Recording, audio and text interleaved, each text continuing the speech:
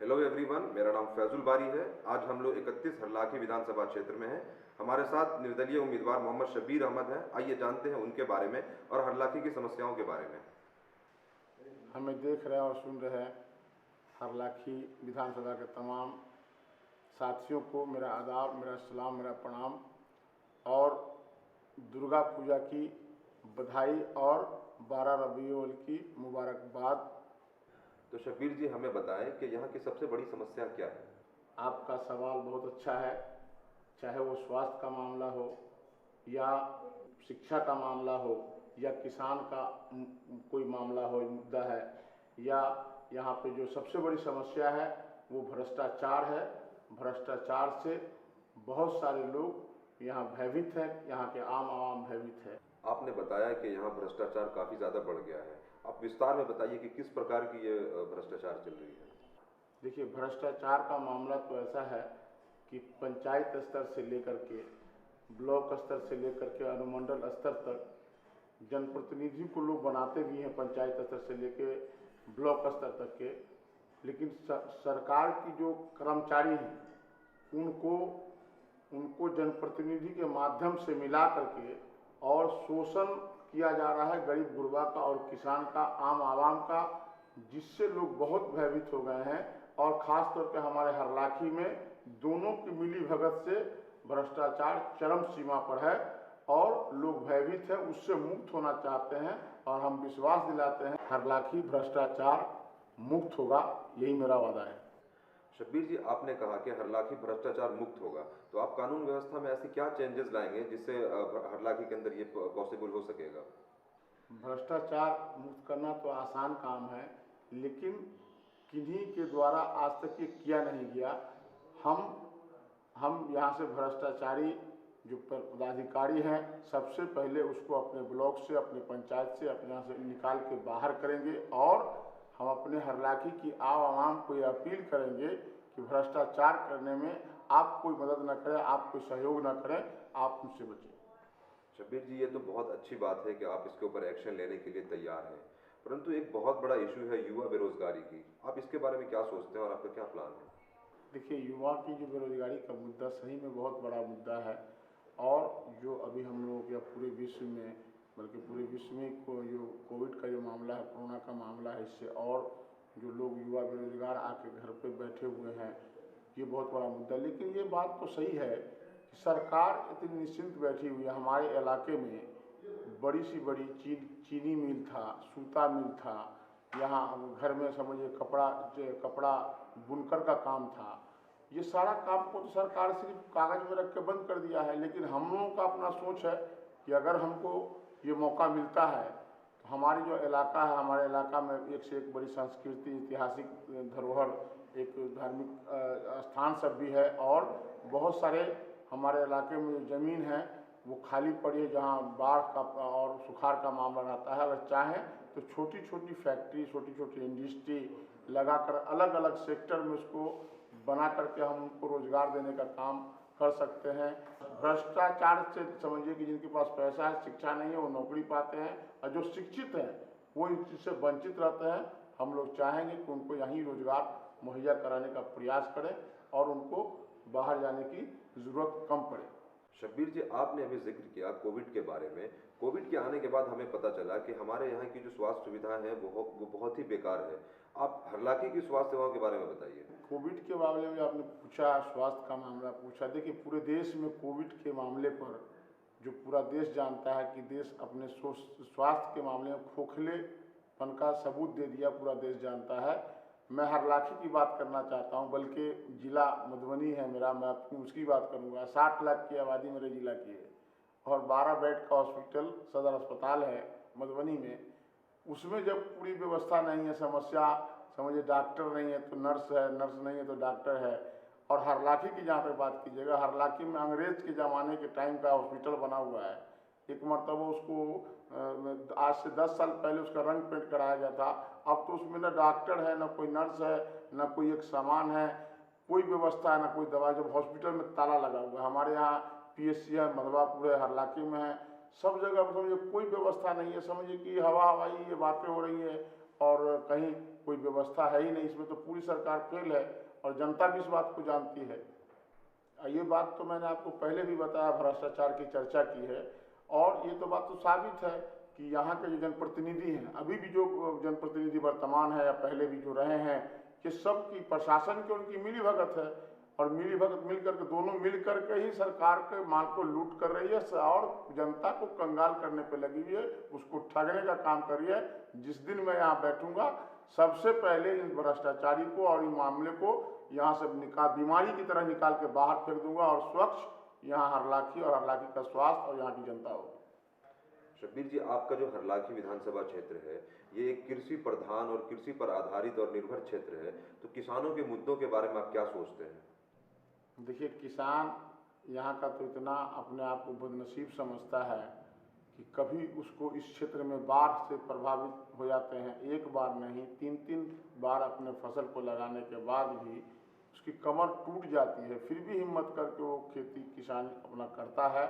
लेकिन सरकार के द्वारा जो किसान को ठगने का जो काम हो रहा है, कभी उनको कहता है कि हम आपको श्री विधि का दे रहे हैं योजना, कभी ये दे रहे हैं, कभी वो दे रहे हैं, या आपको प्रधानमंत्री की तरफ से 100,000 की जो समझिए सालाना जो योजना है, उसमें भी लोग वंचित है। जिनके पास पैसा दिया है पदाधिकारी को और जनप्रतिनिधि को, उनका नाम आ गया है, और जो इसके हकदार है वो इससे वंचित हैं। और जो इसमें तो दोनों बातें हो जाती हैं। अगर वो किसान गरीब है और अगर उस जनप्रतिनिधि को वोट नहीं दिया तो वो उसका बदला उसके अधिकार से भी उसको काट देता है। अगर नाम दिया हुआ तो उसको भी कटवा देता है। किसान तो यहाँ का ललायित है। और इसी विधानसभा में 2 तरह का क्षेत्र है। एक तरफ सुखाड़ का मामला है, दह जाने के बाद भी उसका फसल उसको मुआवजा नहीं मिलता है, और मुआवजा के लिए वो पैसा देंगे। जिनका नहीं है कोई फसल लगा हुआ, उनको पैसा मिल जाता है, और जो फसल लगाए रहते हैं वो वंचित होकर उनकी कमर टूट जाती है, कर्जे में डूब जाते हैं। यही कारण है जो बैंक से उनका कर्जा बना रह जाता है और वो अपने आप को टूटा हुआ महसूस करते हैं। लेकिन मैं इस आवाज़ को, इसलिए कि मैं एक किसान का बेटा हूँ, इस दर्द को मैं समझता हूँ। मैं उनकी लड़ाई, ये पूरी लड़ाई को हाउस में लड़ने का, हरलाखी से लेके हाउस तक, विधानसभा तक, इस लड़ाई को लड़के इसको सफल करूँगा और वादा करता हूँ इसको पूरा लागू करूँगा। शब्बीर जी, आपके जो विचार हैं वो काफ़ी आदरणीय हैं, हम आप इसका स्वागत करते हैं। लेकिन यहाँ की यानी हरलाखी विधानसभा की शिक्षा हमेशा से एक बड़ी समस्या रही है। इस विभाग में आप किस प्रकार से काम करेंगे? देखिए, शिक्षा की बात आपने की। सबसे पहले हमारे जो हरलाखी विधानसभा, इसके अंदर जो जितने भी स्कूल हैं उसके भवन जर्जर बने हुए हैं, भवन नहीं है कहीं। और जो टीचर्स हैं वो टीचर समझिए कि उस योग बहुत कम है जो हम अपने बच्चों को शिक्षा दें। हम अपने बच्चों को कहाँ, इसीलिए हम अपने बच्चों को बाहर भेज के शिक्षा देने के लिए बाहर भेजते हैं। देखिए, यहाँ शिक्षक की बहाली नहीं हो रही है, और जो यहाँ जो पहले से शिक्षक बहाल है, नीतीश सरकार की गलत नीति के शिकार हुए शिक्षक हैं, वो उनका भी मुद्दा है। और यहाँ बड़े बड़े कॉलेज होने चाहिए हमारे विधानसभा के अंदर में, जो हम अपने बच्चे को अच्छी व्यवस्था देकर उसको हम यहाँ अपनी शिक्षा दिलावे। आज तक के कोई भी जनप्रतिनिधि, कोई भी यहाँ के नेता इसकी मुद्दा को, इस बात को महत्वपूर्ण नहीं समझा, कभी नहीं पूरा करने का काम किया। लेकिन मेरा पहला मुद्दा होगा कि सबसे पहले हम इस समस्याओं को से निदान अपने यहाँ करें और हरलाखी के लोगों को, हरलाखी के जनता को, अपने बच्चे को पढ़ाने के लिए यहाँ सारी विधि व्यवस्था का हम प्रदान करें। कॉलेज बनावेंगे और इस विधि व्यवस्था को ठीक रखेंगे। शिक्षा इतनी बड़ी महत्वपूर्ण चीज़ है कि हमारे बच्चे अगर शिक्षित होंगे, निश्चित हमारा समाज, हमारा घर, हमारा परिवार शिक्षित होगा। उसके प्रभाव में हम अच्छे समाज में कहलाने के लायक होंगे। और जब हमारी लड़की, हमारा लड़का, हमारे समाज के बच्चे पढ़े लिखेंगे तो बहुत सारी संस्था ऐसी है जो प्राइवेट NGO हैं, सरकार के द्वारा कई NGO रजिस्टर्ड है, जिसके द्वारा ट्रेनिंग दिया जाता है, सिखाया जाता है और उसको प्रमाण पत्र दे करके भेजा जाता है। और दूसरी बाहर की कंपनी आकर के उसको ले जाती है, अपने कंपनी में काम देती है। उससे हमारे समाज का, परिवार का स्तर उठता है। ये बहुत सारा फायदा शिक्षा से होता है। नीतीश सरकार का कहना है कि उन्होंने सड़क और बिजली को हर घर, हर दरवाजे तक पहुंचाया है।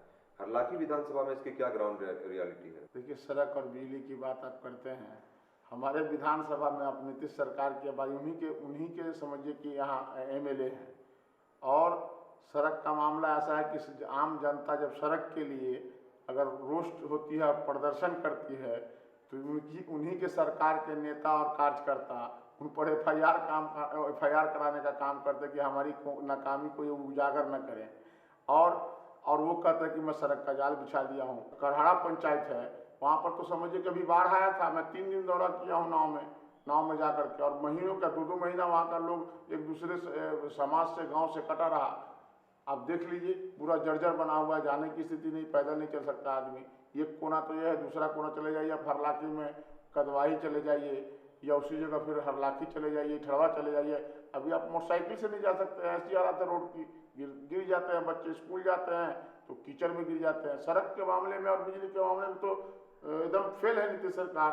और यहाँ इनके जो जनप्रतिनिधि है, नेता है, वो घूस लेने का काम करता है ठेकेदार से। अब इस 11 साल पहले समझिए 4 करोड़ की योजना हमारे बोरर से सारघाट की योजना थी, अभी 3 करोड़ 46 लाख की, तो पैसा घट गया है। काम को एकदम समझिए कि लीप पोत के बराबर किया जा रहा है। काम का मामला तो ऐसा ही है कि पैसा दीजिए, रिश्वत दीजिए और काम कराइए।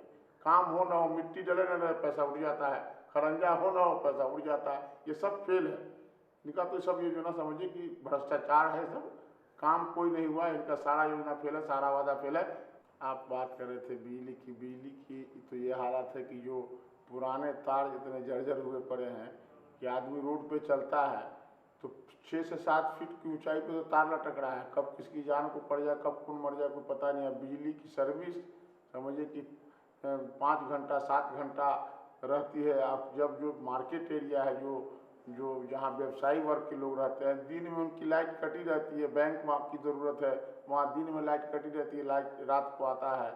और देहाती क्षेत्र में दिन में रहता है तो रात को नहीं रहता है। इनका तो बिजली का भी वादा खोखला है। हम लोगों के यहाँ तो बिजली की भी सर्विस जो है वो बहुत अच्छी नहीं है। कहीं ट्रांसफार्मर जल जाता है तो हफ्तों महीना लग जाता है। एक अभी दलित मोहल्ला है हमारे ही पंचायत में, केरवा है, समझिए कि 1.5 साल से उनका ट्रांसफार्मर जल गया हुआ, उसको देखने वाला कोई है ही नहीं, न उसको समझिए कि तार है, न कोई व्यवस्था है। ट्रांसफार्मर रोड पर पड़ा हुआ है, खराब हो रहा है, उसको देखने के लिए कि कोई ना उसके कर्मचारी है, ना उसके फील्ड वर्कर हैं। हम लोग कहते कहते थक गए, कोई किसी का ध्यान नहीं है। तब जब महादलित के मोहल्ले में है, उसका जब सही नहीं हो रहा है तो सरकार झूठी खोखले वादे कर रही है कि मैं महादलित को मैं देखना चाहता हूँ, नीचे के दबे लोगों को ऊपर लाना चाहता हूँ। ये सब झूठी बातें हैं। शब्बीर जी, आपके विचारों को जानकर बहुत अच्छा लगा। जाते जाते अगर आप हमारे चैनल के माध्यम से हमारे जो व्यूवर्स हैं उनको कोई संदेश देना चाहें, या हरलाखी विधानसभा की जो जनता है उनको अगर कोई संदेश देना चाहें तो। चलिए, बहुत बहुत धन्यवाद। जाते जाते मैं अपने हरलाखी के तमाम साथी को, मतदाताओं को एक अपील करना चाहेंगे कि 2 गाड़ी के 2 पहिए होते हैं, एक विकास और एक विश्वास। दोनों में से किसी चीज़ को गिरने नहीं दूंगा, दोनों बराबर की गति में चलेगा। और मैं आपके बीच प्रत्याशी हूँ, प्रत्याशी। अब मेरा नॉमिनेशन हुआ, मेरा निशान है हेलीकॉप्टर छाप है। और सबसे मैं कामना करूँगा, प्रार्थना करूँगा कि आप हमको हेलीकॉप्टर के बटन को दबाकर आप अपने जनता की टिकट, आप ही की टिकट से मैं कैंडिडेट बना हूँ और आप ही का मैं कैंडिडेट हूँ। आप अपना मतदान हमको हेलीकॉप्टर का बटन दबाकर हरलाखी से पटना विधानसभा में अपनी आवाज़ बनाकर भेजिए। आपका काम हरलाखी की ज़मीन पर भी उतना ही तेज़ी से होगा और पूरी ईमानदारी के साथ विधानसभा में भी हरलाखी की आवाज़ बनकर आपका छोटा भाई शब्बीर वहाँ बना रहेगा। बहुत बहुत धन्यवाद।